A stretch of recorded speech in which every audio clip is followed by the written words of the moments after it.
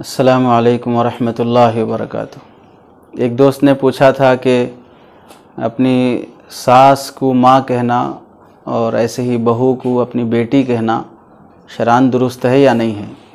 चूँकि तसव्वुर इस वजह से यानी यह सवाल इस वजह से भी होता है कि अल्लाह के नबी सल्लल्लाहु अलैहि वसल्लम ने और शरीयत में भी यही हुक्म है कि अपने नसब को दूसरे की तरफ मंसूब ना किया जाए। यानी जिसके आप बेटे नहीं हैं आप उसे अपनी माँ या बाप कहने लगे, या जिसकी आप माँ नहीं हैं उसको अपना बेटा बनाने लगे, शरीयत में मना किया गया है। इसी वास्ते जब अगर हम किसी बच्चे को अडॉप्ट करते हैं तो वो हमारा हकीकी बच्चा नहीं बनता है कि बाद में चल के हम उसको प्रॉपर्टी मिले या बाद में चल के उससे पर्दे के मसाइल ना हो।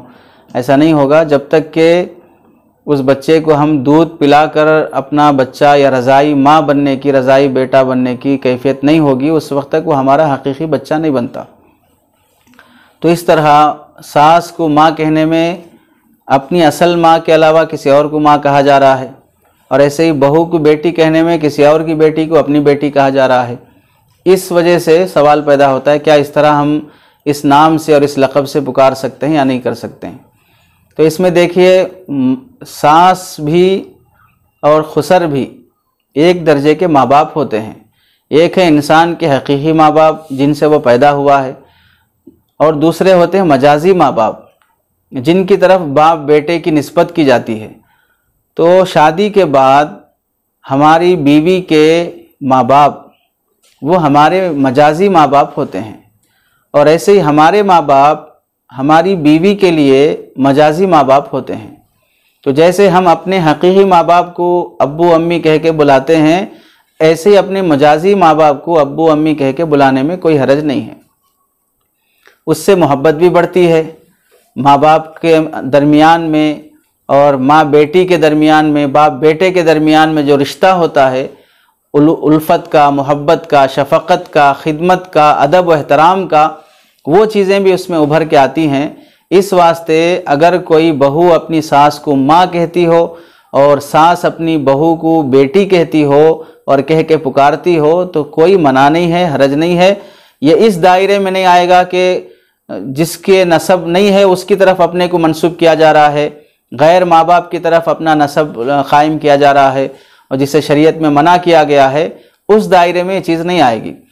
उसके अलावा भी देखिए कि जब आप किसी को जानते नहीं हो और वो आप बड़ी उम्र के हैं, अब वो नौजवान लड़का है लड़की है, तो आप उसे बुलाने के लिए भी क्या करते हैं, बेटा इधर आओ कह के पुकारते हैं, बेटी इधर आओ कह के पुकारते हैं। तो इसमें ऐसा थोड़ी ना हो गया कि आप मुझे बेटा कह के पुकारे हैं, अब मुझे आप प्रॉपर्टी में हिस्सा देना पड़ेगा, आप बेटी कह के पुकारे हैं, आप मुझे खर्च को पैसा देना पड़ेगा, आप मेरी शादी आप ही करना पड़ेगा चूँकि आप मुझे बेटी कह दिए हैं। ये सब डायलॉग्स जो है फिल्म में चलते हैं कि आप मुझे बहन बोल दिए, आप मुझे बेटी बोल दिए, अब मैं आपकी माँ, आप मेरी माँ बन गए, आप मेरे फलां बन गए।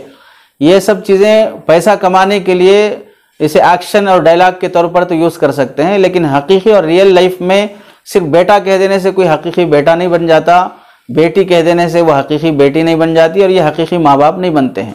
मोहब्बत के तौर पे, शफ़क़त के तौर पे, अदब व एहतराम में इस तरह के अलक़ाब दिए जाते हैं।